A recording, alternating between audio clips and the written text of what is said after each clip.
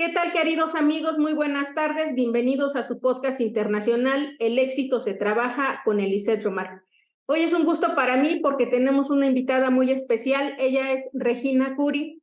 Realmente ella es la dueña de una historia que nos va a dejar pues muchísima reflexión a todas las personas que de repente han pasado por situaciones de drogas, de alcoholismo. Es un tema fuerte, pero creo que se tiene que tocar y nadie mejor que ella, que después de una rehabilitación realmente tuvo un cambio espectacular, una digna historia de éxito. Regina, bienvenida, muchísimas gracias por esta plática. Al contrario, a ti, Eliseta, tu podcast, gracias por invitarme.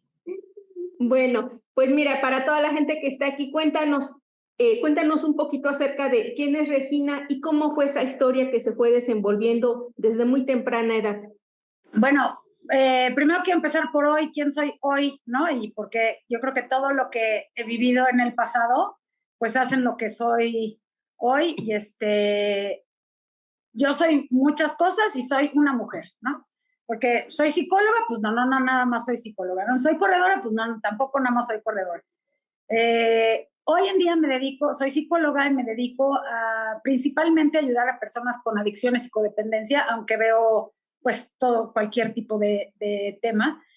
Y me enfoqué en la adicción y la codependencia porque cuando salí de rehabilitación me di cuenta de que había una enorme desinformación del tema, ¿no?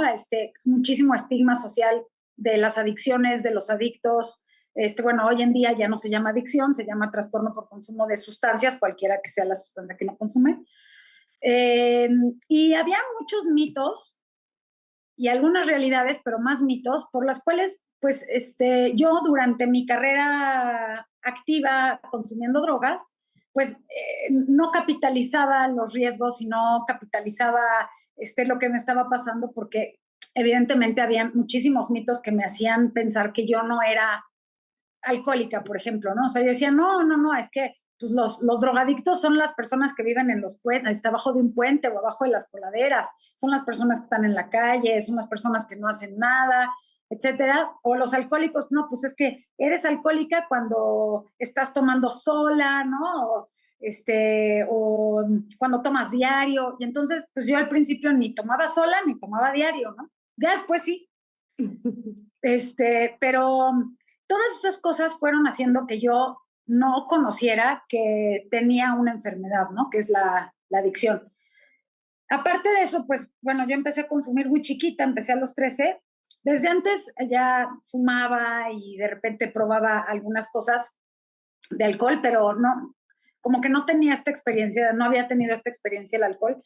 Cabe decir que yo soy así como me ves, así era, ¿no? Así extrovertida, platicona y muy así, loud, ¿no? Me encantaba jugar con los niños, con las niñas, era buenísima en el deporte, jugaba fútbol, pero karate, pero todas las cosas así, era súper deportista. Pero siempre tuve un vacío, siempre tenía mucho conflicto porque yo crecí en una familia súper conservadora, tradicional, no conservadora, pero tradicional, ¿no? Y yo no era nada tradicional. Yo veía a mis papás y veía a mis familiares, ¿no? Y yo no me sentía pertenecer a eso porque las cosas que decían, cómo lo decían, o sea, estar en encuadre, en condicionamiento social, me parecía, pues que en ese entonces no sabía qué me parecía, pero yo no me sentía pertenecer. Y me daba mucha angustia, pues, ¿cómo diré? Pues sí, angustia decir lo que pensaba o lo que sentía. Entonces yo me fui callando, no expresaba lo que sentía, no expresaba lo que pensaba, no expresaba si me sentía en descontento, no. Aparte, cabe decir que yo era muy inquieta, no me gustaba estudiar. Después supe que tengo un poco de déficit de atención, ¿no? Entonces me costaba mucho trabajo concentrarme y más en materias como ciencias naturales, ¿no? O geografía o cosas así. Era muy buena para otro tipo de materias como en inglés era buena, nos hacían como hacer conversaciones y sketches, ahí era muy buena, en deportes evidentemente era la mejor. Entonces, bueno, todo el tiempo estaba yo en ese conflicto en mi casa y con la vida, porque no era como tenía que ser. tengo un hermano que sí era como como había que ser, ¿no? Súper estudioso y súper formal y súper así. Entonces, bueno, a mí me generaba mucho,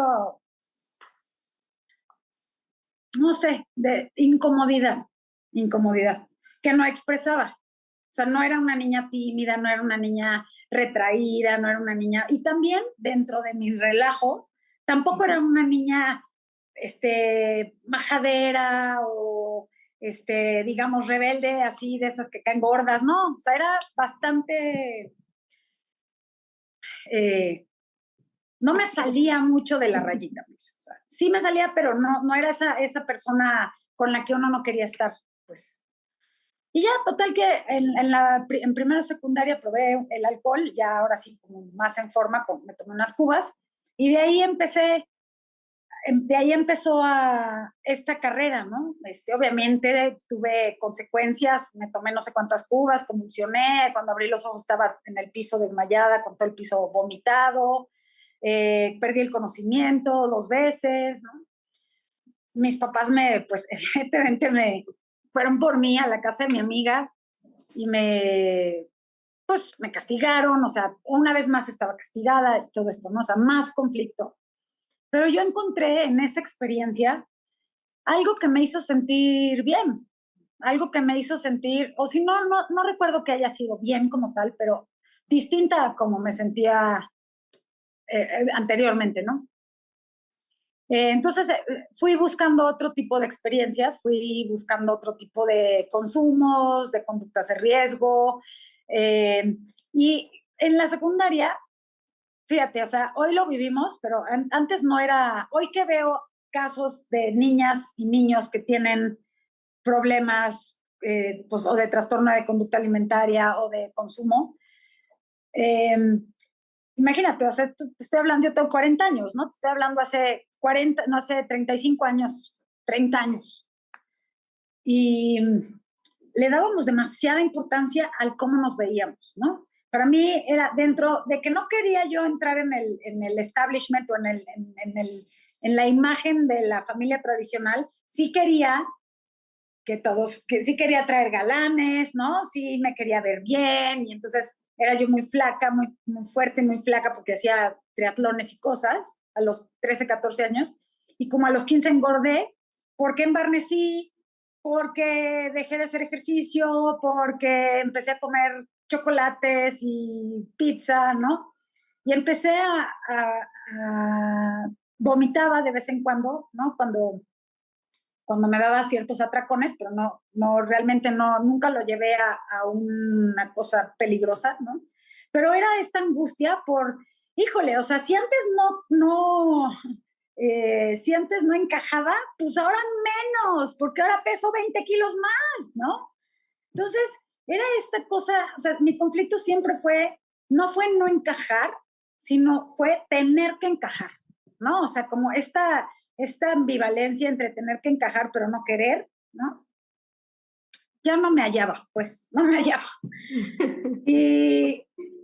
Y pues subo de peso, entonces empiezo a consumir unas pastillas para bajar de peso, ¿no? Que antes, ¿te acuerdas que habían millones de bariatras por todos lados, ¿no? Que te recetaban tus pastillas para bajar de peso. Entonces luego, pues podías tú seguir comiendo pizza y de todas maneras bajabas de peso porque lo que te recetaban eran anfetaminas. Claro que yo no sabía en ese momento tal cual que eran anfetaminas, ni que las anfetaminas eran una droga tan peligrosa como lo sabemos el día de hoy, ¿no? Una droga que puede provocar la muerte con poco consumo. Y descubrí también que podía tomarme las anfetaminas y tomar, ¿no? Porque las anfetaminas es un estimulante y el alcohol es un depresor. Entonces, lo que hace la anfetamina te da mucha ansiedad, mucha angustia, mucha ansiedad. ¿Y qué hace el alcohol? Baja esa ansiedad. Pero entonces baja demasiado la ansiedad, entonces tomas más anfetaminas para volver a subir. Y entonces es una cosa de subir y bajar, de estado de ánimo, de conducta, de todo. Y eso provocó que yo empezara a tomar más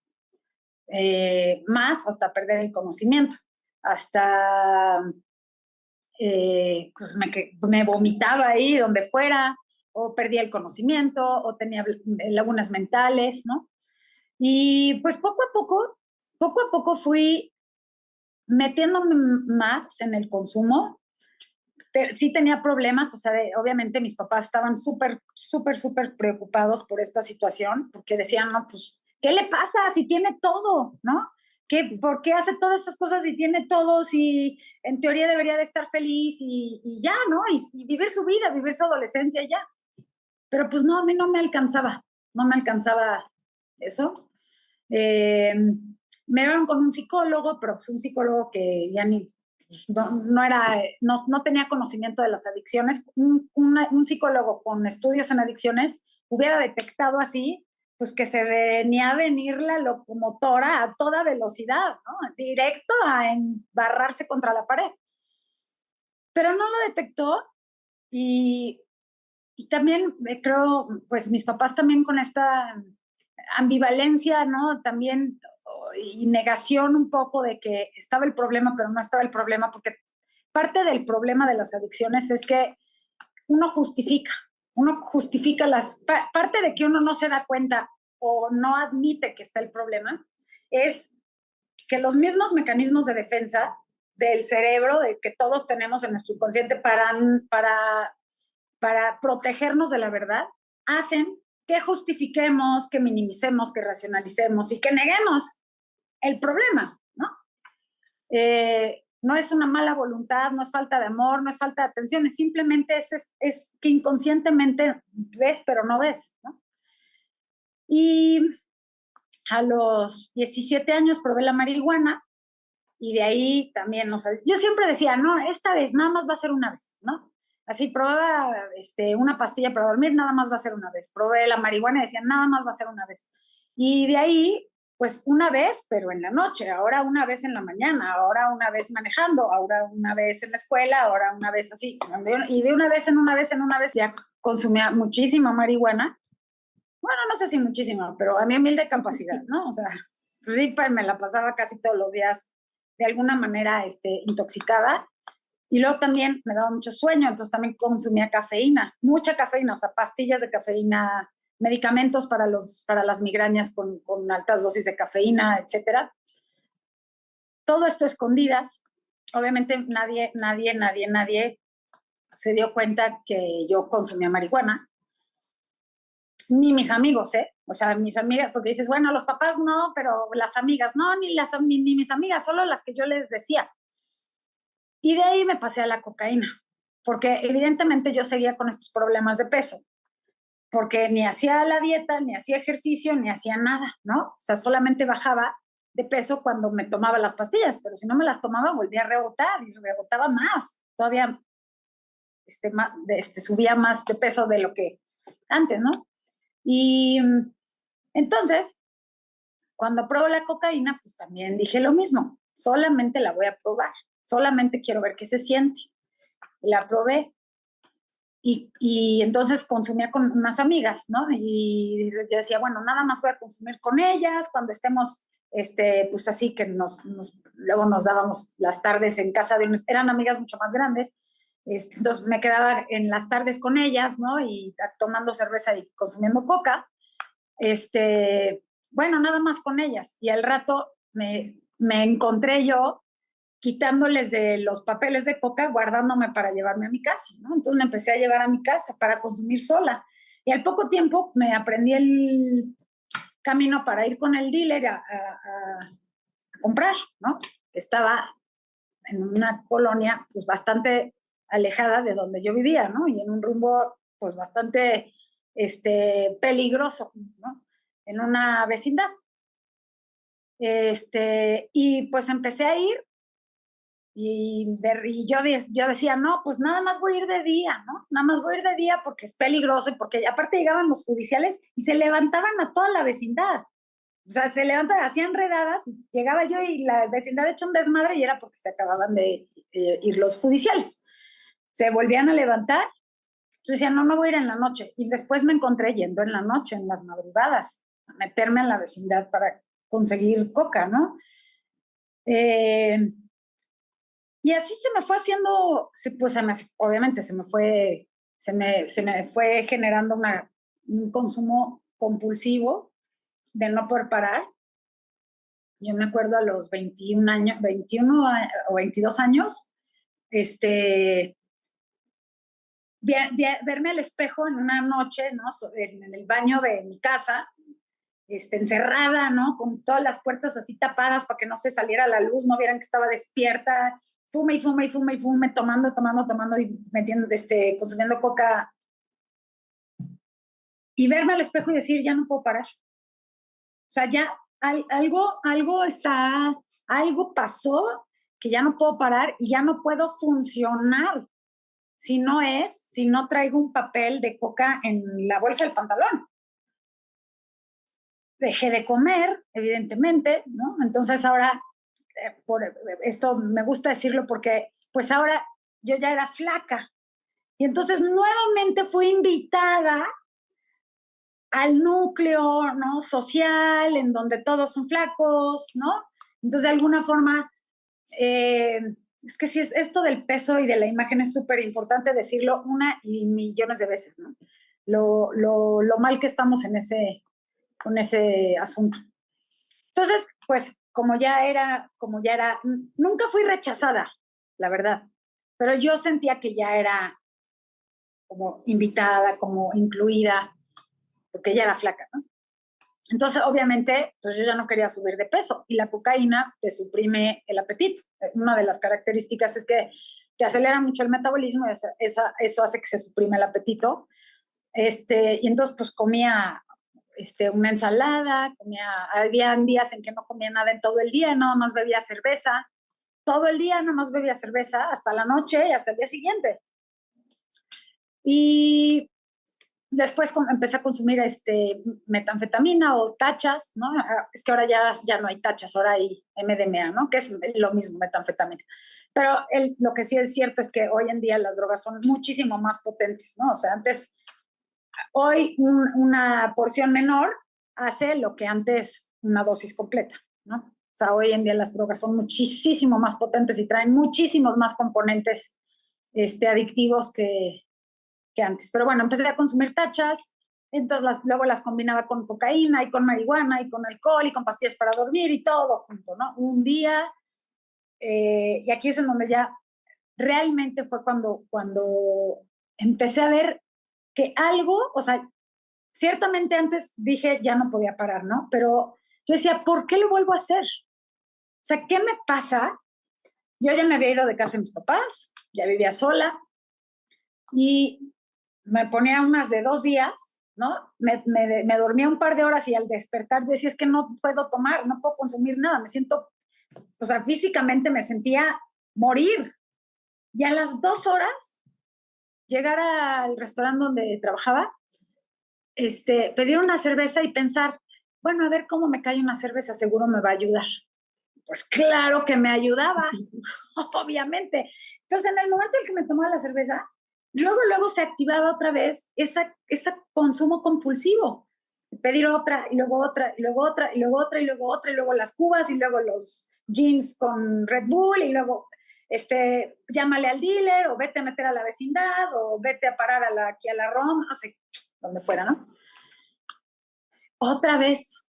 Yo llegaba a mi casa a las 6 de la mañana diciendo, ya me quiero dormir, necesito dormir porque ya no me sentía bien, y no poder parar, literal no poder parar, o sea, tomarme una pastilla, y luego no me hacía, y luego entonces había veces que yo consumía tachas a las 9 de la mañana, sola en mi casa, ¿no? Y con alcohol, porque en mi casa no había comida, pero sí siempre había una botella de algo que alguien había dejado, porque también ya no tenía dinero. Entonces, de aquí, de allá, pues sí conseguía y sí de repente me invitaban, pero también empecé a consumir cosas de mucho menor calidad, empecé a consumir efedrinas, que es no es anfetamina propiamente, pero es un estimulante horrible, horrible, horrible, que te da una ansiedad espantosa, porque no me alcanzaba a veces para comprar coca, ¿no? En fin, o sea, de una cosa pasaba a otra y a otra, y siempre con esta idea de a ver si ahora sí me siento mejor, a ver si ahora sí me muero, porque también eso, ¿no?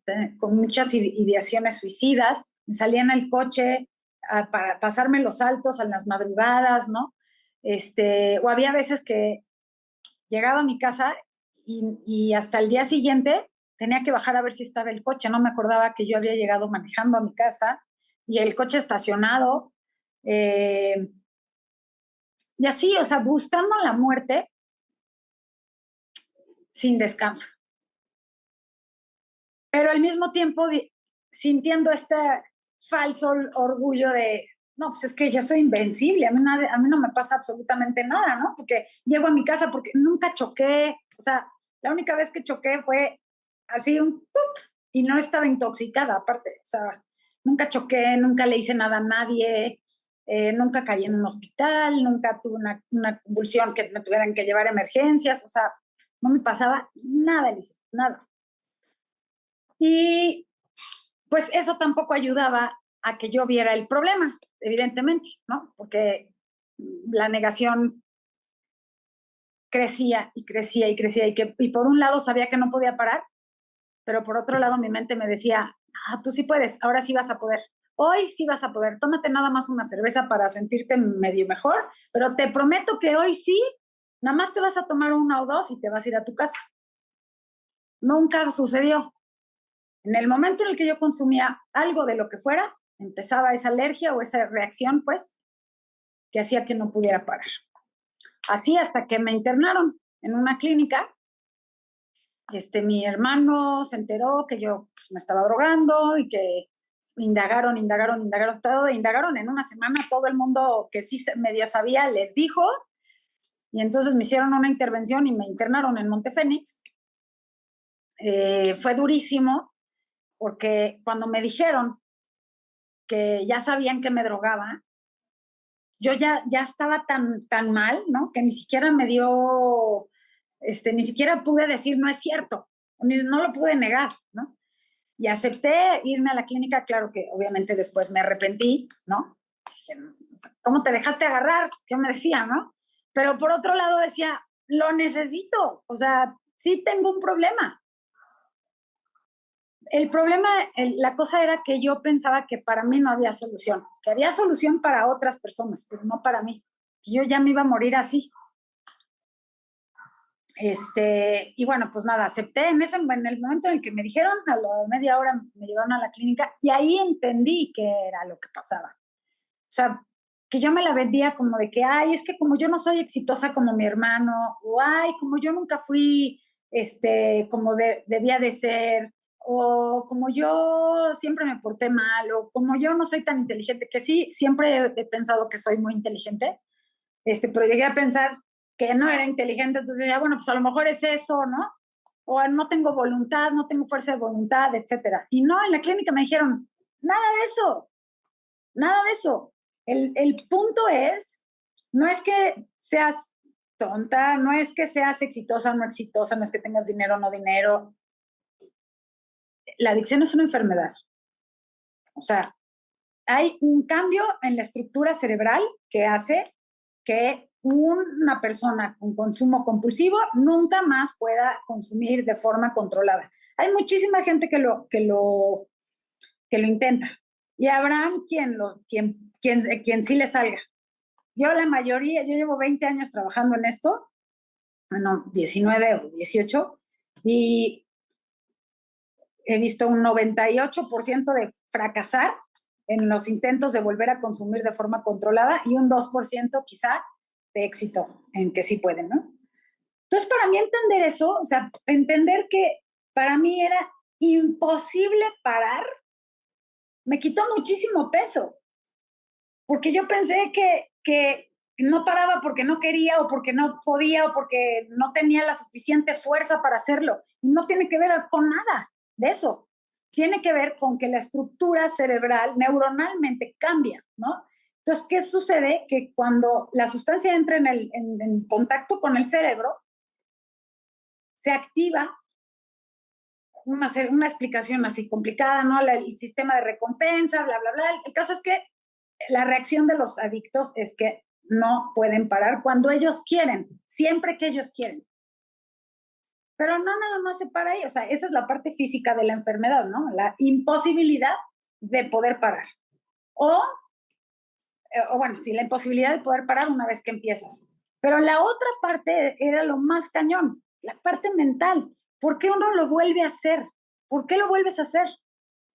La adicción tiene varios criterios, pero el más importante es es una conducta repetida a pesar de las consecuencias negativas que trae. Esa es la adicción. ¿Y por qué lo repites? Porque tu mente te dice, esta vez va a ser diferente. Tómate la cerveza, no va a pasar nada. ¿Me explico? O sea, tómate la cerveza, nada más va a ser una, no te preocupes, no va a pasar nada.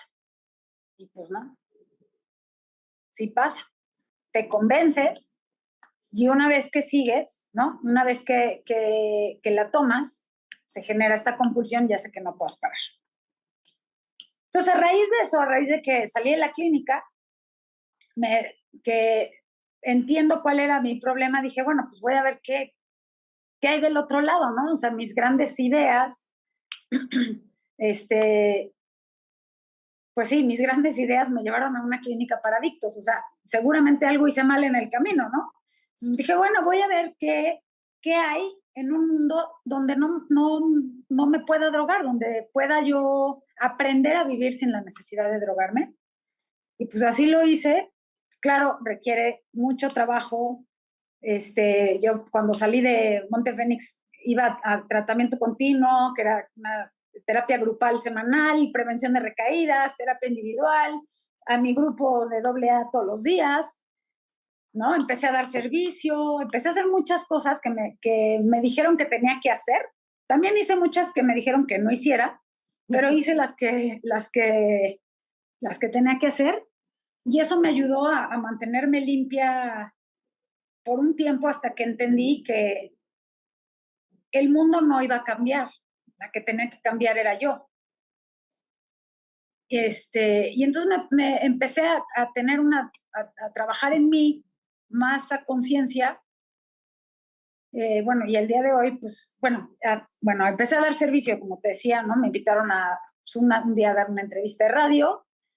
Yo jamás pensé lo que iba a suceder a partir de esas entrevistas de radio. Voy al radio con Gaby Vargas y saliendo de la cabina me empiezan a hablar ahí en la cabina gente que me quería hablar de Chiapas y del Estado de México y que si daba conferencias y que cuánto cobraba y que yo decía, no sé, nunca he dado una conferencia, o sea, ni siquiera presentaba mis trabajos en la preparatoria, ¿no? O sea, digo, sí estudié actuación y sí sabía más o menos eso, pero de ahí a exponer tu vida en un público, pues... Y entonces, pues, como que fui agarrándole y me fui a dar una conferencia y empecé a dar otra. Luego Gaby me dijo, pues deberías de escribir un libro. Entonces escribí un libro, mi primer libro, que se llama Girando en un tacón. Luego ahí anduve peregrinando para que me lo editaran. Me lo editó Editorial Diana. Y empecé a dar entrevistas y entonces me empezó a hablar la gente pidiéndome ayuda. Más allá de dar conferencias o andar de ahí de pozona, lo que a mí me interesaba era ayudar a la gente, ¿no?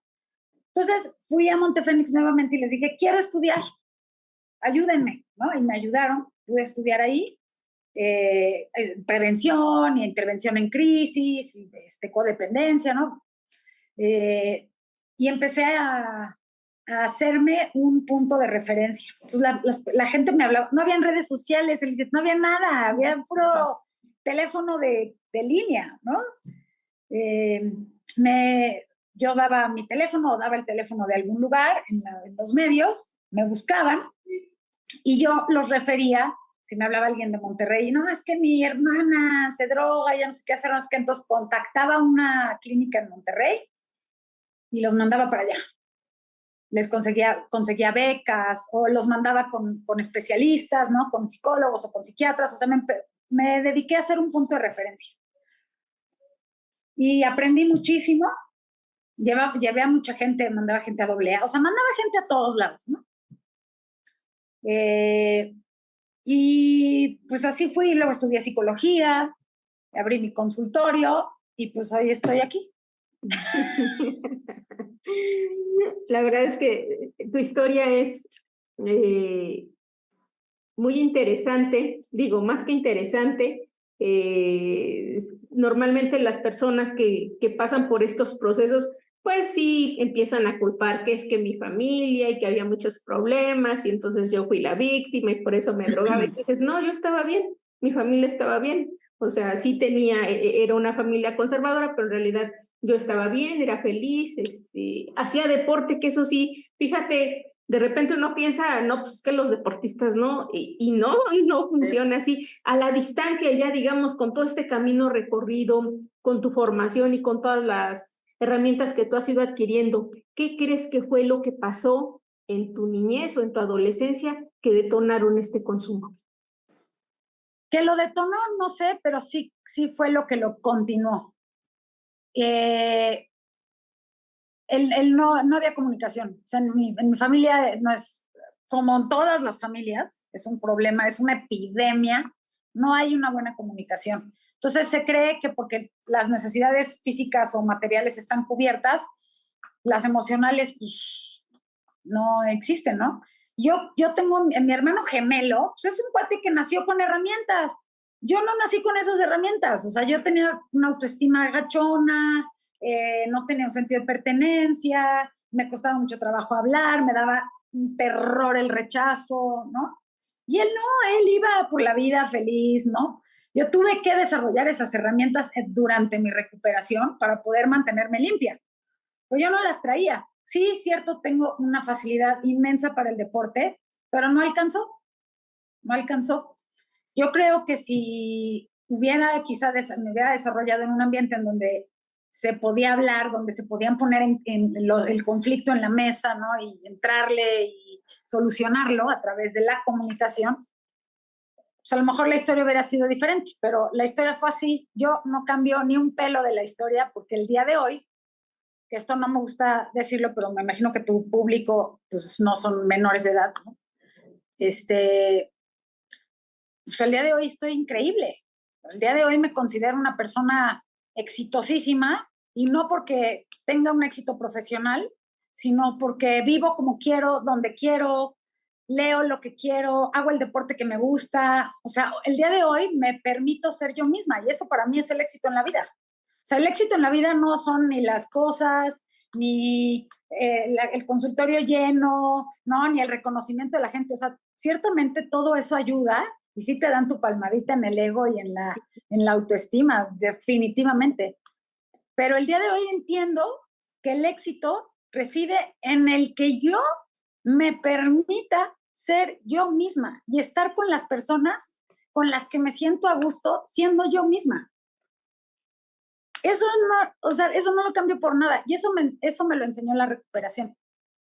Eso no me lo hubiera enseñado el condicionamiento social, ni todo lo que se supone que venimos al mundo a casarnos y a tener hijos. Eso no me lo hubiera enseñado. Eso me lo enseñó la recuperación. El estar en paz conmigo misma. Y que si se me atora algo, pues luchar, trabajar, resolver y hacerlo, ¿no? No de ponerme en la víctima y en el mártir, ¿no? Como quizá hace varios años caí en eso, sino no, o sea, pues me pasa algo, resolverlo, tengo que conseguir algo, conseguirlo, y si no lo consigo, pues hacer la paz con eso, ¿no? Pero bueno, eso para mí es el éxito. Y se te ves una persona plena, segura, realizada y además feliz. Y eso es muy importante. Fíjate, volviendo al comentario que nos hacías sobre el tema de la comunicación, para todos los padres que van a ver este episodio, creo que es muy importante porque si hace 30 años el tema de la comunicación era limitado, actualmente está, considero yo, todavía más limitado. Más. Por la forma en la que vivimos, las redes sociales, el estar sin estar, y sobre todo porque los niños ahora, los adolescentes, tienen más cerca la posibilidad de enredarse en esas circunstancias, en las drogas. Entonces hay que tener mucho cuidado, sobre todo para los papás, pongan mucha atención. El tema de la comunicación en los niños, en los adolescentes es súper importante. Hay que escucharlos, hay que verlos, no hay que dar por hecho nada, tal cual lo dices, ¿no? Muchos padres estamos enfocados en ir a trabajar porque queremos darle lo mejor. No nos damos cuenta que lo mejor es nuestro tiempo, es nuestra atención, es nuestra presencia. Entonces, mira, ya se nos está acabando el tiempo. Hay personas que como tú, que afortunadamente y gracias a su fortaleza pudieron salir adelante y también porque algún familiar, algún amigo pudieron ver esa situación en la que estabas viviendo, pero hay personas que no corren con la misma suerte. Para estas personitas que están sumidas en drogas, en alcohol, ¿qué les puedes recomendar? Pues decirles, porque yo creo que están llenos de recomendaciones, nada más que no las siguen, ¿no? Pero decirles que sí hay solución, de que sí hay, ahora, no quiero oír, que se va a oír como un cliché, ¿no? Un lugar común, pero sí hay luz después del túnel, ¿no? O sea, sí hay una vida mejor atravesando el puente. Solamente que hay que atravesarlo, o sea, nadie lo puede hacer por ti. Tú mismo lo tienes que atravesar. Pero la recompensa de atravesarlo es infinitamente mejor que la satisfacción inmediata que te da una droga. El problema de los adictos es que tenemos nuestra necesidad básica se convierte en la necesidad de la satisfacción inmediata. Lo quiero ya. O sea, yo sé, si me doy un toque, ya sé exacto lo que me va a provocar en el momento en el que me lo va a provocar. Pero si no me doy ese toque y ni siquiera salgo a conseguirlo, voy a, en vez de tener un pico de satisfacción, que sería fumándomelo, si no me lo fumo, voy a estar construyendo un bienestar a mediano plazo. Y eso es lo que los adictos no pueden. Por eso no podemos dejar de drogarnos. Lo intentamos hasta que algo pasa que necesitamos ese pico. La recuperación consiste en entrenar a la mente a obtener un beneficio a largo plazo o a mediano plazo, que va a ser pues lo que tú estás viendo ahorita hablando conmigo. Esta alegría, este bienestar, esta lucha, también este trabajo, que bueno, no, también tengo que decirlo. Hay mucha gente que me dice, es que yo quiero estar como tú. Y entonces yo digo, pues perfecto. Entonces, párate temprano, ponte a trabajar, estate pendiente para cuando alguien te pida ayuda, tomar el teléfono y no hacerte güey, ¿no? Estar disponible para cuando alguien te pida ayuda, dar servicio, tener buenas relaciones con tu familia, no andar de engañifa, no andar de envidiosa. O sea, no es gratis. Sí. No es gratis, ¿no? Y todos tenemos la capacidad de desarrollar eso. Solamente que requiere de un trabajo y muchas veces un trabajo doloroso, para poder alcanzarlo, ¿no?